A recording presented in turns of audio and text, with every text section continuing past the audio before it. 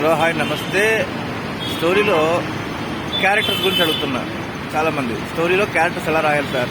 అసలు బేసిక్ ఏముంటుంది ఎలిమెంట్ దానికంటే సింపుల్ క్యారెక్టరేషన్ సింపుల్, అది కామన్, అందరూ తెలుసు. పాత్ర చిత్రీకరణ ఓకే చెప్పేశాము. బేసిక్గా dramatic need, point of view, attitude change, ఈ 4 పాయింట్లు చాలా ఇంపార్టెంట్. డ్రామాటిక్ నీడ్ అవసరం ఏంటి, ఈ కథలో ఈ పాత్ర యొక్క అవసరం ఏంటి, పాయింట్ ఆఫ్ వ్యూ తన దృష్టికోణం ఏంటి, ఆ పాత్ర పాయింట్ ఆఫ్ వ్యూ మంచి చెడులు ఏంటి, తర్వాత యాటిట్యూడ్ ఎలాంటి వైఖరి, నెక్స్ట్ చేంజ్ మార్పు ఏమొచ్చింది.